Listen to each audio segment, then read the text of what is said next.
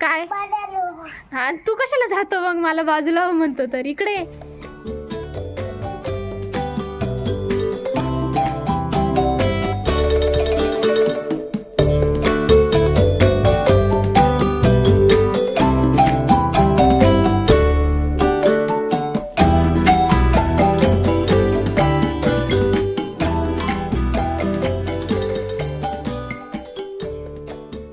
Hi hello नमस्कार, कसे आहात सगळे मजेत ना. मी रोहिणी स्वागत करते तुमचं आणखीन एका नवीन व्हिडिओमध्ये. चला छान असा नाश्ता वगैरे झाला आणि ताईंकडून वानोळे आलेले आहेत कांद्यांचे, ते आरूचं काढायचं चालू आहे. आता जे बास्केट आहे मोठं त्याच्यामध्ये ठेवून देते, नाहीतर मग असे जर राहिले ना तर ते खूप जास्त असे हे होतात, म्हणून म्हटलं थोडं मोकळ्याच्यात त्यांना आहे ना हवेशीर ठेवते. आता बास्केटमध्ये ते ठेवायचे आणि बाहेरचं आहे ना भयंकर खराब झालंय, कारण पाऊस सध्या खूप जास्त चालू आहे. जसं की तुम्हाला मागच्या ब्लॉगमध्ये पण म्हटली होती. काल पण संध्याकाळी म्हणजे जवळजवळ 3ला दुपारीच इतका पाऊस झाला की खूप जास्त, म्हणून हे सगळं असं घाण सगळं झालेलं आहे. म्हणून आता मला ते पण क्लीन करून घ्यायचं आहे. पण सगळ्यात अगोदर आहे ना म्हटलंय कांदे वगैरे ठेवून देते. भले मोठे मोठे कांदे आहेत आणि आरूचं इकडे चाललंय काम करायचं.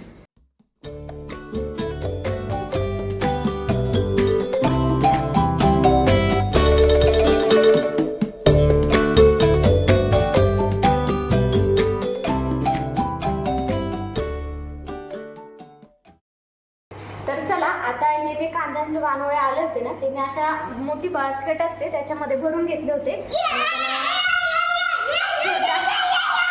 छोटा टप पण असतो म्हणतात याला, तर याच्यामध्ये भरून घेते कारण व्हेंटिलेशन राहतं. जाळीचं असल्यामुळे ना हवा खेळती राहते तिथे. असे कांदे ना असे हे नाही होत, दमट वातावरण तिथे होत नाही, हवा अशी खेळती राहते, म्हणून मी अशा जाळीच्या याच्यात ठेवते कांदे.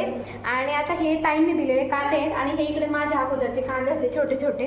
आता मी यांना वेगवेगळे ठेवते कारण हे ना खूपच जास्त छोटे आहेत आणि हे खूपच असे मोठे आहेत. मग हे कसं वेगळे, हे नको टाकू हे नको टाकू, हे वेगळे भरायचे आहेत आपल्याला. तर हे जे आहेत ना आता मी वेगळे ठेवते मोठे. तर आता तुम्ही ना व्हिडिओच्या स्टार्टिंगमध्ये पाहिलं असेल की मी ना याच्यामध्ये थोडं पावडर टाकत होती. तर ते कशासाठी आणि ते काय होतं, तर ते होतं हे बोरिक ॲसिड. तर काय असतं ना आपण जास्त दिवसासाठी ना असं म्हणजे कांद्याचंच सांगते मी, कांदे वगैरे स्टोअर करत असतो तर त्यावेळेस आहे ना हे थोडं थोडं टाकते मी. त्याच्याने ना त्याच्यात कुठली अशी कीड वगैरे लागत नाही आणि तिथे ना अशी थोडी याच्यात टाकते त्याच्यात टाक, तर त्याच्यात आहे ना अशी कीड वगैरे लागत नाही आणि लपण्यासारखी जागा असते, म्हणून तिथे ना कॉक्रोच वगैरे जाऊन बसण्याची शक्यता असते, म्हणून मी ते टाकत असते. आणि या बोरिक ॲसिडच्या वासाने ना कॉक्रोच असो किंवा काही आळी जाळी वगैरे लागत नाही त्याला, म्हणून मी ते ठेवते. तसं मी ना सगळे कांदे मिक्स करून दिले आहे, छोटे मोठे सगळे एकत्रच करून दिले सगळे. तर आता तिकडे याच्यात टाकतोय. आता हे जे आहेत ना छोटे दुसऱ्या बास्केटमध्ये भरते आणि हे मोठे याच्यात राहून देते. आणि जे बोरिक ॲसिड मी टाकलं ना कांद्यांमध्ये ते एकदम थोडं थोडं टाकते, जास्त नाही, जेणेकरून वासाने फक्त त्याच्या वासाने किडा वगैरे येऊ नये त्याच्यासाठी टाकते. म्हणजे कसं छान राहतात कांदे. आणि असं हवेशीर ठेवायचं जसं की म्हटले हे टबमध्ये. आणि खाली ना आरू कांदे ठेवले म्हणजे ना ठेवतो. खाली जर कांदे बटाटे असले ना तर आरू ना डायरेक्टली त्यांना ना बॅट बॉल खेळण्यासाठी घेतो. आणि झाडताना मग आहे ना एक कांदा पलंगाच्या खालून निघेल, एक फ्रीजच्या खालून निघेल, मग तो बेसिनच्या साईडनेच निघेल. म्हणजे एवढे कांदे आणि म्हणजे सगळं जे खाली असलं ना ते निघतात. त्याच्यात जास्त करून कांदे आणि बटाटेच असतात, त्याच्यामुळे मी ना डायरेक्टली तुम्ही पाहिलं असेल तिकडे डायरेक्ट वरती याच्यावर ठेवलेलं असं काय म्हणतात ना आपलं लॅपवर ठेवलेले असतात ते, त्याच्यात नाही इथं ठेवायचं. लॅपवर ठेवते जेणेकरून ते खुर्ची ठेवली ना लगेचच मला ते घेता येतात, एवढं काय अवघड नाही वाटत ते. त्याच्यामुळे मी वरती ठेवले आणि छान हवेशीर वगैरे राहतात, खाली असं पसरा दिसत नाही वगैरे. खास करून आरूच्या याच्याने तर मी ते वरती ठेवत असते.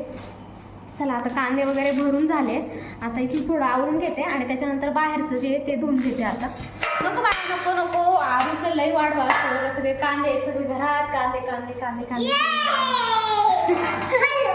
ये असं काही काढलं ना की आमच्या आरूला लई मजा वाटते, खरंच खूप मजा वाटते.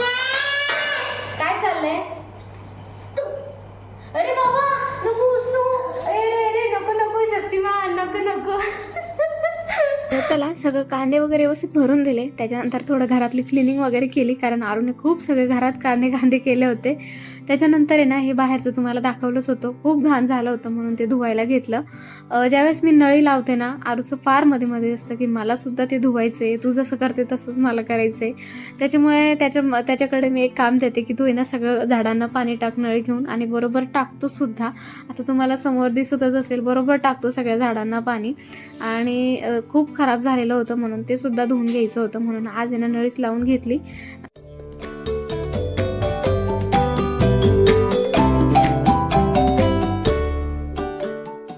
धुवून वगैरे झालं आणि त्याच्यानंतर आहे ना आरूचं चालू होतं की मला टपात बसव. आता सकाळी पप्पांसोबत आंघोळ केली होती तरीसुद्धा त्याचं म्हणणं होतं की मला आता आपण टपात बसव. आणि म्हटलं कसं थोडं उन्हामुळे गरम वगैरे होतं, आता तसं पाऊस वगैरे पडतोय, पण मग कसं शेवटी उन्हात गेलं ना की पुन्हा तो त्रास वगैरे होतो उन्हाचा. त्याच्यामुळे मग त्याला जरा वेळ टपात बसवलं होतं, आणि शिवाय पाणी आलेलं होतं म्हणून मग त्याला बसवून दिलं होतं टपामध्ये. तेवढंच खेळतं वगैरे म्हटलं म्हणून मी त्याला बसवून दिलं होतं त्याच्यात.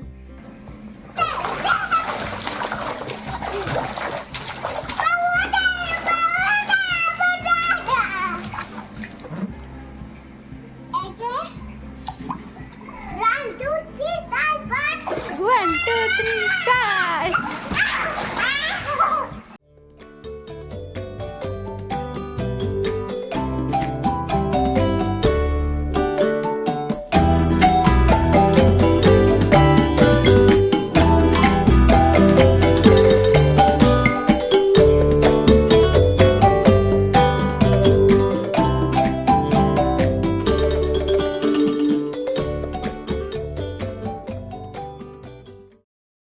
दुपारचे म्हणजे दुपारी थोडं बाहेरचं आवरलं वगैरे, आणि त्याच्यानंतर आरूला झोपू घातलं.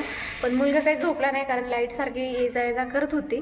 आणि तुम्हाला आता बाहेरचं वातावरण दाखवते. जवळजवळ 3:30 पावणे 4 होण्यात आले, आणि बाहेरचं वातावरण बघा कसं. सकाळी धुतलं होतं तर बघा परत आता म्हणजे खराब नाही झालं एवढं, फक्त झाडलं तर होऊन जाईल. हे झाडाचं थोडं हे पडलं आहे, ते फुलं वगैरे पडली आहेत. आणि बघा बाहेरचं वातावरण कसं आहे, पूर्ण सकाळसारखं वातावरण आहे डायरेक्ट. हे बघा पूर्ण सकाळसारखं वातावरण आहे, असं वाटतं सकाळ झाली, आता जस्ट सकाळ झाली. पूर्ण पावसाचं वातावरण आहे बघ. इकडं तसंच आहे, इकडं तसं पूर्ण पावसाचं वातावरण आहे. आणि खाली बघा हे कसं झालं, पूर्ण सकाळी एवढं क्लीन केलं आरूने आणि मी, आणि बघा परत झालं ते असं. आणि झाड तर बघा पूर्ण हे झालं बिचारं, पावसाने नाही म्हणता येणार त्याला ना, ॲक्च्युली काहीतरी हे झालं आहे, त्याची फुलं पण आहे ना थोडीशी काय म्हणतो ना कीड लागल्यासारखे झालं आहे. मग बहुतेक कीड लागली काय त्याला, पण मग तसं पानं तर हे वाटतं आहे, पण पूर्ण असं झडल्यासारखं झालं आहे ते. नको बाळा चल इकडे. हे तर बघा पावसाच्या पाण्याने कसं फुल भरले डायरेक्ट. काय हा तू कशाला जातो मग, मला बाजूला म्हणतो तर. इकडे इकडे चल. काय पाहतोय, काय पाहतोय तिकडे. चल चल चल तू ये, चल चल इकडे चल. हे कसं पाणी भरले नाही त्याच्यात, डायरेक्ट पावसाचंच साचलंय वाटतं त्याच्यात. पाऊस मला का नाही जाऊ दे ते, पण तू तिथे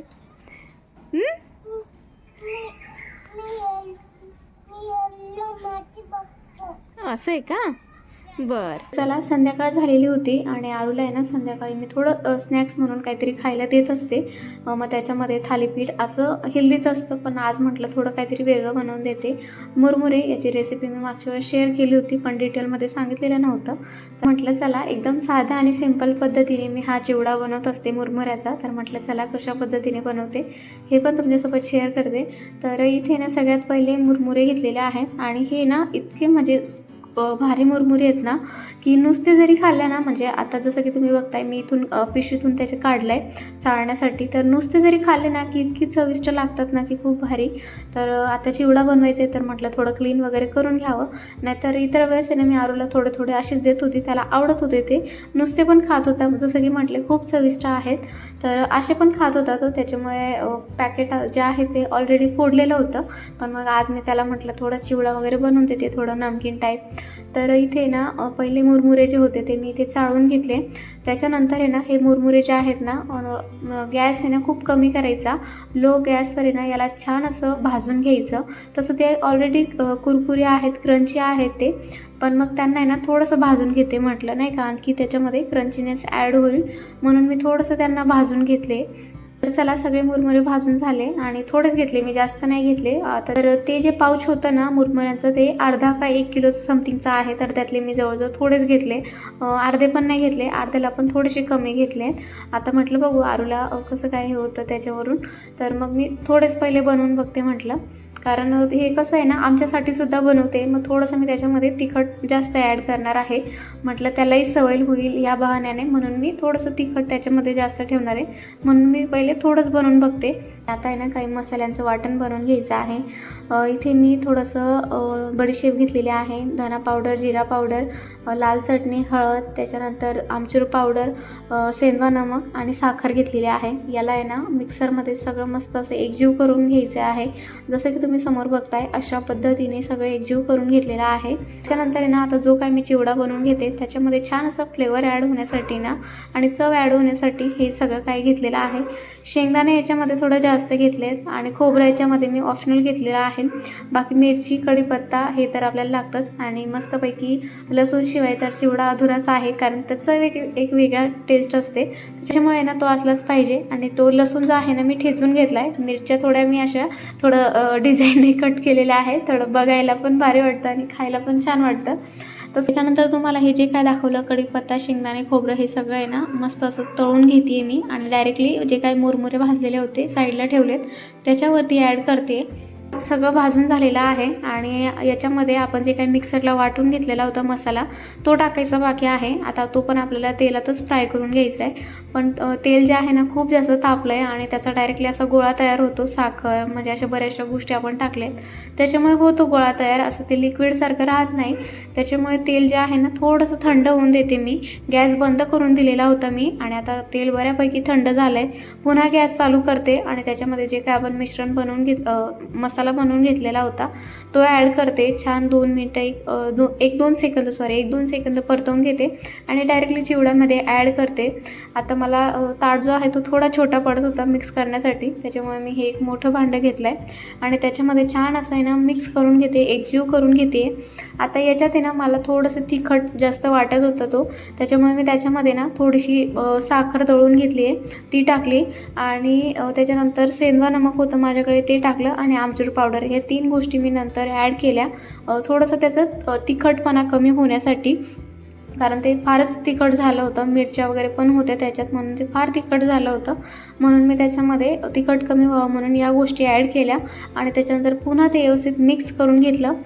चिवडा आहे ना काय सांगू तुम्हाला, 1 नंबर झालेला होता. आरूला फार आवडला आणि आम्हाला सुद्धा, जसं की म्हटले त्याला सवय व्हावी म्हणून मी थोडंसं तिखट ठेवलेलं होतं, जास्तही नाही पण थोडंसं तिखट ठेवलं होतं जेणेकरून त्याला तिखटची सवय व्हावी हळूहळू.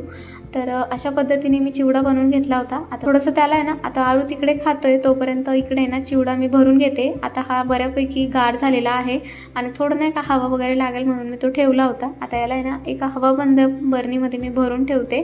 त्याच्यानंतर आहे ना रात्री कामानिमित्ताने थोडंसं बाहेर गेलो होतो मी आणि आरू, यायला थोडासा उशीर झाला, त्याच्यामुळे ब्लॉग जो आहे तो मी इथेच एंड करते.